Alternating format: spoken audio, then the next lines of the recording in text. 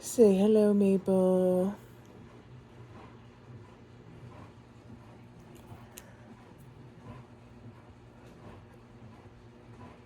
So, I might be giving up.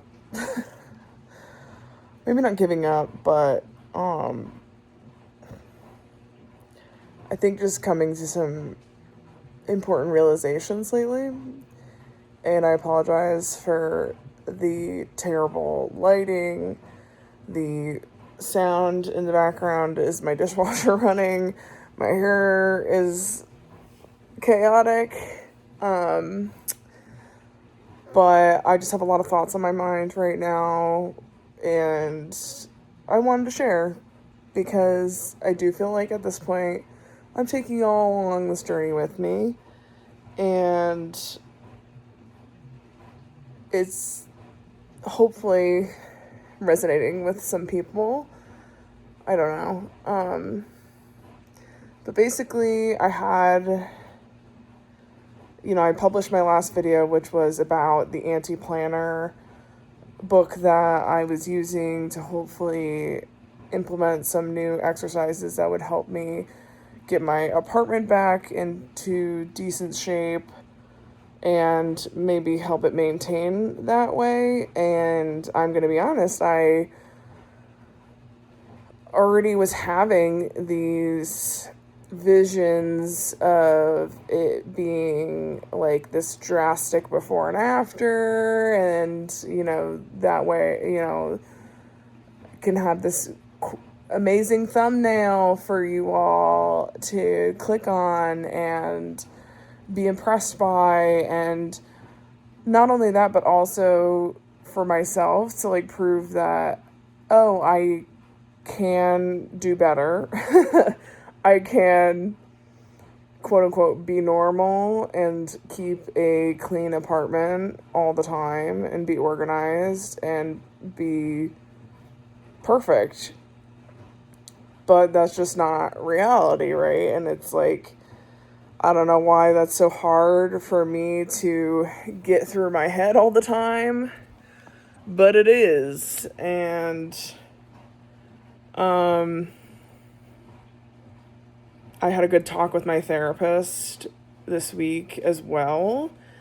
And another realization was that a lot, I think, of this mess and just pressure on myself or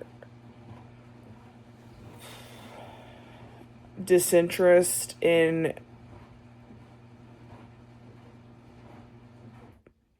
trying to keep a clean apartment, the lack of motivation basically is due to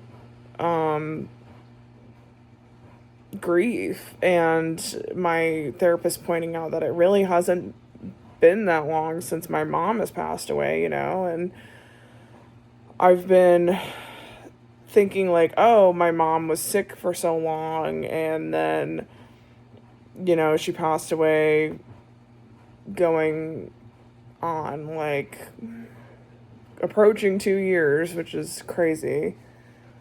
But even her saying, she's like, 2 years is not that long. But I guess a lot has happened in those 2 years, and that has been keeping me preoccupied. I've I've started a new job in that time period. Had a lot of hap- I've had a lot happen with my health, and I've had to focus a lot on my health stuff. My sister had a baby, and I have a niece now, but they also moved far-ish away. And then also, too, I questioned my sexuality and realized a new part of myself, and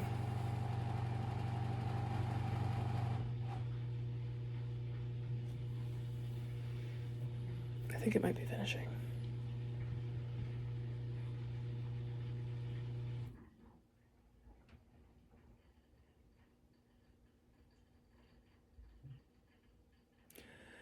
So it's just been a lot. And I think a lot of those things have happened because also I lost my mom and I am grieving. So realizing that a lot of it's connected, that when you have a big loss, a big traumatic loss, and it makes you re-examine a lot of parts of your life, not just that person you lost, you know? And so it's all connected, really. And things like cleaning your apartment might become low priority. And that's okay, you know? And like, I even kind of was like, maybe this is just my new normal, even with my chronic illness stuff. Like, I've been blaming a lot of the difficulty with cleaning on my chronic illness recently.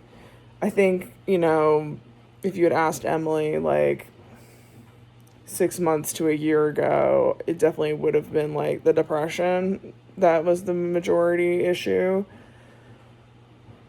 But then that also could have been like because I hadn't really figured out the chronic illness stuff yet. So again, just proving it's all connected. So I'm just kind of like, after that talk with my therapist, so it just goes to show therapy is good and can be very helpful and beneficial. Like, I truly just have those like epiphany, eye-opening moments sometimes where you have those conversations and you're like, wow, I hadn't thought of it that way. Of like, who cares if your coffee table's covered in crap? Like, is it a health hazard? No, it's like it's mostly clothes, like, and they're all clean clothes. Like, is it that big of a deal? Is like, yeah, would I like to have a clean coffee table? Sure. Would it be a little more convenient to have a free flat surface to sometimes, you know, work on or put things down on or eat off of? Sure. But have I been living with crap on my coffee table for the past like year or so and it's like been whatever? Also, yes. So maybe it just is what it is for now, and this is just again kind of my new normal because I'm just doing the best I can. So maybe there is no miraculous solution that the anti-planner or, you know, some workbook or some self-help book or whatever, some before, to give me some before and after to show you guys like, oh, look at this miraculous before and after.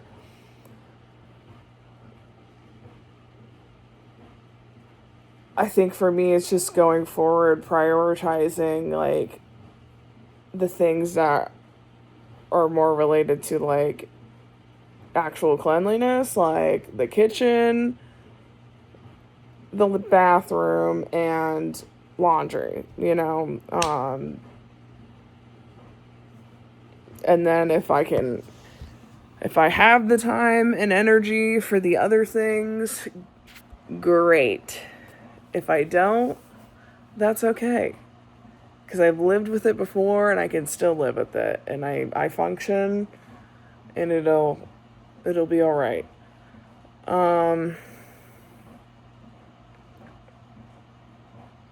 So then that kind of brings me to my thoughts on the creative stuff. Or just like what I'm going to do with content, I guess. Which I feel like I'm always in a crisis about. And maybe that kind of is the good segue to like what I need to think about and figure out and say, which is that like just do what makes you happy. Just do what you want to do. Just do what inspires you, you know? I mean, I think for me, what's been hard is that I haven't been inspired. I haven't been doing any creativity because I've been very, I have been focusing on just the day-to-day survival of getting through life post losing my mom, chronic illness stuff, working a full-time job, all that stuff I've talked about. So, that being said, where does that leave us with,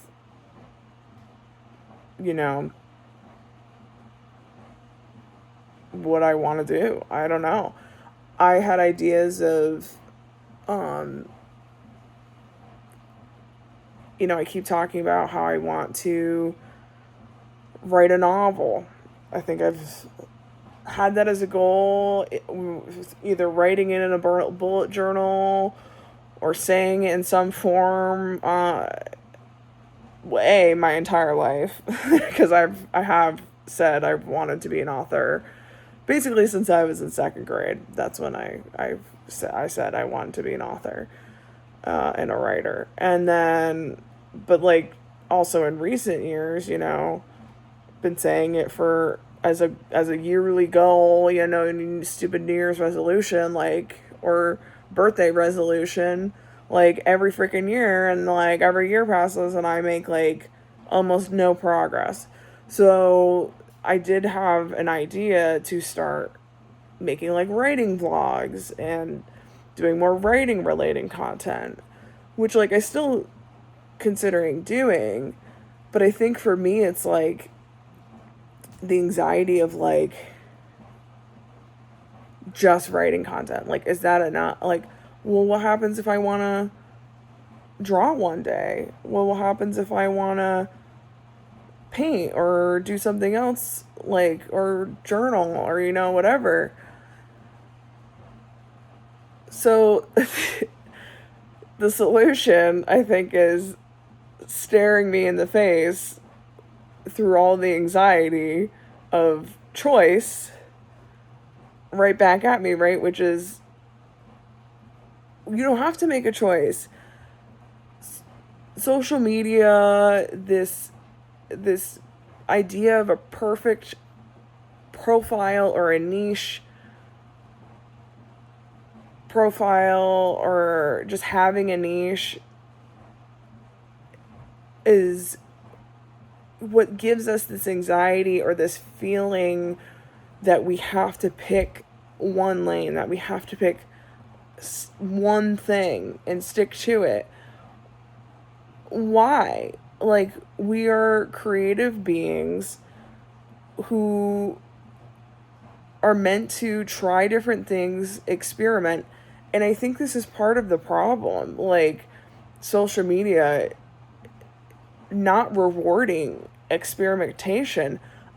I see it in the young people I interact with through my work. They're so afraid of failing, they don't want to try anything new. And I wouldn't be surprised if some of that is through social media, because social media rewards consistency. And I'm guilty of it too. I've talked in the past about how hard I've worked to curate this perfect aesthetic profile that I've worked hard to create. And I would be lying if I said now it kind of gives me a little anxiety where I'm I don't post on Instagram anymore because I'm just so afraid of ruining this quote unquote perfect aesthetic I think I've built. With these warm hues, my cozy, tidy, perfect desk setup in the background, sketchbooks, laid out and whatever. And that's just not what my reality is anymore. My desk is always covered in crap, and I'm not probably going to put in as much effort to have that perfect, warm, orangey, cozy aesthetic, because I just, like, that's just, it's too much for me right now. But I also still want to create. I still want to draw or write or whatever, and then share it with the world. Like, that's also part of being a creative person, is like, we want community. Like, we are creative beings. We want to create and we want to share it and show it to people. Like, I think we are a little embarrassed about sharing and showing it, but there's also a little pride in it as well, right? And the anonymity maybe of the internet, of sharing on the internet, eases that anxiety of sharing our art. But also, I've built up this thing that I call MHAG's art. And I also wouldn't be lying if I said that I've worked really hard to get to where I am, even if most people might look at my followings and be like, really? Like, you barely have 1,000 followers on it, like Instagram and YouTube or whatever. It's a lot of freaking hard work to get here. um, it took my version of consistency, which back in the day was, posting once a month. At one point, I was posting, I think, every 2 weeks. That was maybe for just a few months, but that was really hard. I was working full time, like, and I put a lot of hard work and dedication into it. And I also worked hard to get to where I was on Instagram. I was posting for a while, I was posting every few days, or at least once a week for a long time. So I don't want to throw that all away. I also like those communities that I've built. So it's this very weird feeling of like, sometimes I wish I could just let this go, if I'm being honest. Like, maybe even after all I just said about how hard I work to get to where I am, and I'm proud of how hard I've worked on these creative pursuits, and most of the time I had fun doing it. Uh, but I think, just again, the drastic sudden loss of not having a big important person in my life anymore. You think you can prepare for it, but it just changes everything. And then again, more big major life changes, one after another, happened after that. And I took a huge big long break on Instagram, YouTube. I on YouTube.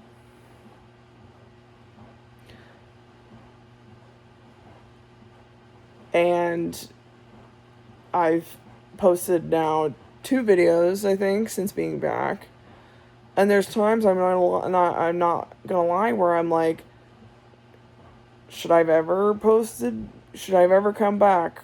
Is it worth coming back? But again, I've worked so hard to get here. So I still debate about it, honestly.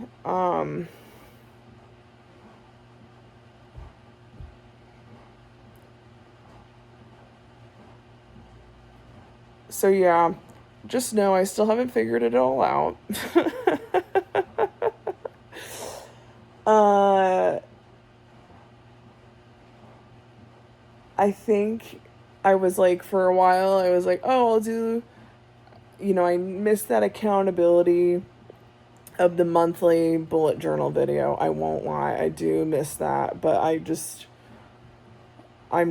don't see myself going back to bullet journaling, unfortunately. Although I do miss making those videos. So I was like, oh, maybe if I make like a monthly vlog, like a monthly, either writing vlog or art vlog or whatever.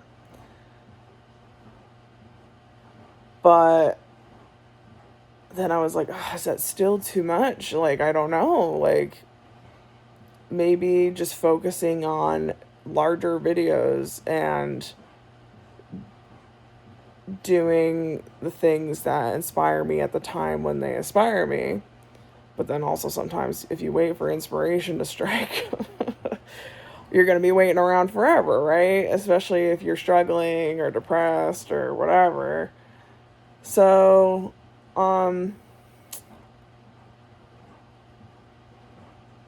we'll see what happens, I guess, is what the ending of this is I'm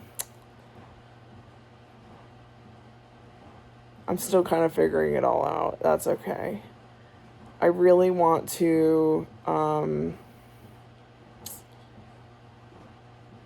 I just want to be creative. And I think at this point, the only person holding myself back is me.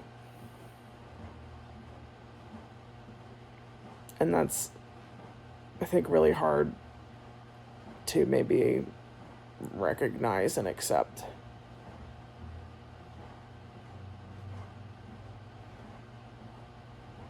And then what's holding me back? Why am I holding myself back? Is that more work I need to work on before I try to really do this again? And that's why we're in therapy, folks.